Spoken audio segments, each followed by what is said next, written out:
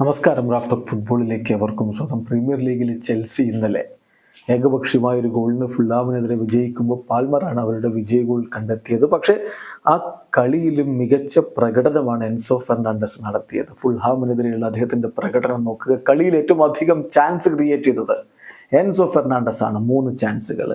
കളിയിൽ ഏറ്റവും അധികം പാസുകൾ ഓപ്പണന്റ് ഹാഫിൽ കൊടുത്തത് അതും എൻസോ ഫെർണാണ്ടസ് ആണ്, 33 എണ്ണം.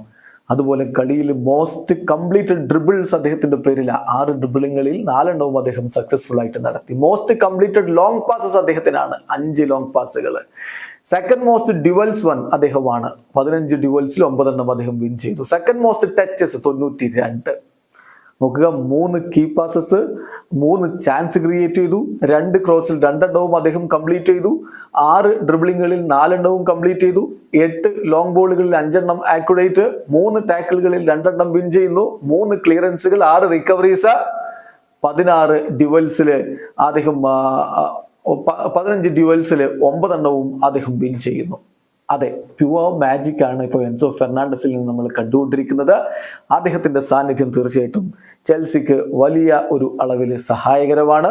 ഇപ്പൊ നോക്കുക, ചെൽസി തുടർച്ചയായിട്ട് 4 ഹോം മത്സരങ്ങൾ പ്രീമിയർ ലീഗിൽ വിജയിച്ചിരിക്കുന്നു. 2020 ജൂലൈ മാസത്തിന് ശേഷം ഇത് ആദ്യമായിട്ടാണ്. നോക്കുക, Chelsea have one 4 consecutive premier league home games for the first time since July 2020. ബ്രൈറ്റനെതിരെ 3-2 വിജയം, ഷെഫീൽഡ് യുണൈറ്റഡിനെതിരെ 2-0 വിജയം, ക്രിസ്റ്റൽ പാലസിനെതിരെ 2-1 വിജയം, ഫുൾഹാമിനെതിരെ ഏകപക്ഷീയമായ 1 ഗോളിന്റെ വിജയം. എന്തായാലും ചെൽസി ആരാധകർക്ക് വീണ്ടും സന്തോഷിക്കാനുള്ള വക ലഭിക്കുകയാണ്. ഇവിടെ അവസാനിക്കുന്നു. ഫുട്ബോൾ ലോകത്തെ കൂടുതൽ വിശേഷങ്ങളുമായി റാഫ് ടോക്സ് എത്താം.